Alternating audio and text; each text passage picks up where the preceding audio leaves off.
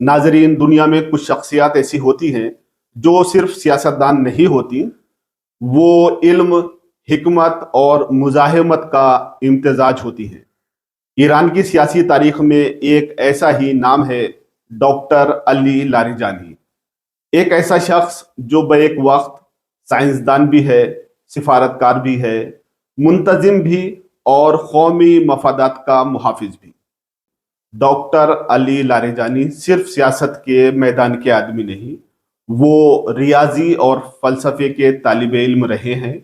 انہوں نے تہران کی یونیورسٹی آف تہران سے اعلیٰ تعلیم حاصل کی۔ ان کی دلچسپی صرف سائنس تک محدود نہیں رہی، انہوں نے فلسفہ اسلامی، مغربی فلسفہ اور سیاسی فکر کا گہرا مطالعہ کیا۔ اسی لیے ان کی گفتگو میں صرف سیاست نہیں بلکہ فکری گہرائی بھی نظر آتی ہے۔ 1989 کا اسلامی انقلاب صرف ایک سیاسی تبدیلی نہیں تھا، یہ ایک نظریاتی انقلاب تھا۔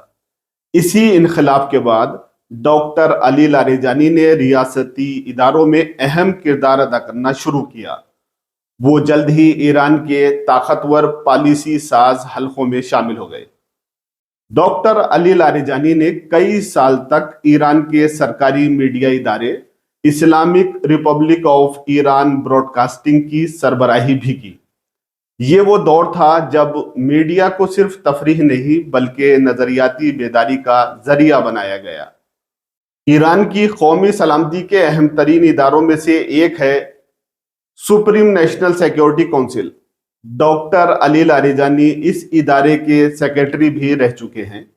یہ وہ مقام ہے جہاں ملک کی دفاع، خارجہ پالیسی اور عالمی مذاکرات کے فیصلے ہوتے ہیں۔ ایران کے جوہری مذاکرات میں بھی انہوں نے ایک سفارتی کردار ادا کیا۔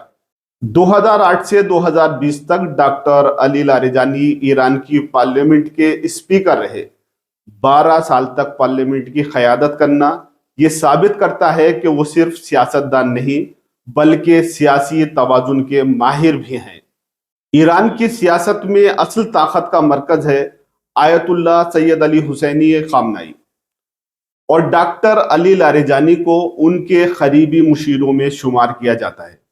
یہ اعتماد کسی عہدے سے نہیں ملتا، یہ ملتا ہے قابلیت، وفاداری اور حکمت سے۔ ڈاکٹر علی لاریجانی کو ایران کے اعتدال پسند مگر مضبوط آواز سمجھا جاتا ہے۔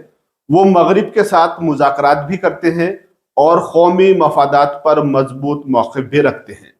اسی لیے انہیں ایران کی اسٹریٹجک سوچ کا معمار کہا جاتا ہے۔ ڈاکٹر علی لاریجانی کی شخصیت ہمیں یہ سبق دیتی ہے کہ قوموں کی قیادت صرف طاقت سے نہیں ہوتی، اس کے لیے ضروری ہے علم، حکمت اور نظریہ، اور شاید اسی لیے ایران کی سیاست میں ان کا نام آج بھی اثر، وقار اور حکمت کا استعارہ ہے۔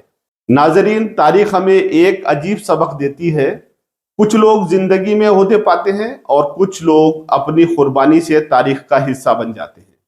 جب کوئی انسان علم کو ہتھیار بنائے، قوم کو اپنا مقصد بنائے اور وطن کو اپنی ذمہ داری سمجھے تو پھر اس کی زندگی صرف ذاتی نہیں رہتی، وہ قوم کی امانت بن جاتا ہے۔ اگر کوئی دشمن ایسے انسان کو خاموش کر بھی دے تو وہ دراصل ایک جسم کو خاموش کرتا ہے، خیال کو نہیں، کیونکہ خیالات پر گولیاں اثر نہیں کرتی، نظریات کو بارود ختم نہیں کر سکتا۔ ایسے لوگ مر کر بھی زندہ رہتے ہیں، وہ تاریخ کے صفحات میں نہیں قوموں کے ضمیر میں زندہ رہتے ہیں۔ اور یہی وہ لمحہ ہوتا ہے جب ایک شخصیت صرف سیاستدان نہیں رہتی بلکہ ملت کا شہید بن جاتی ہے۔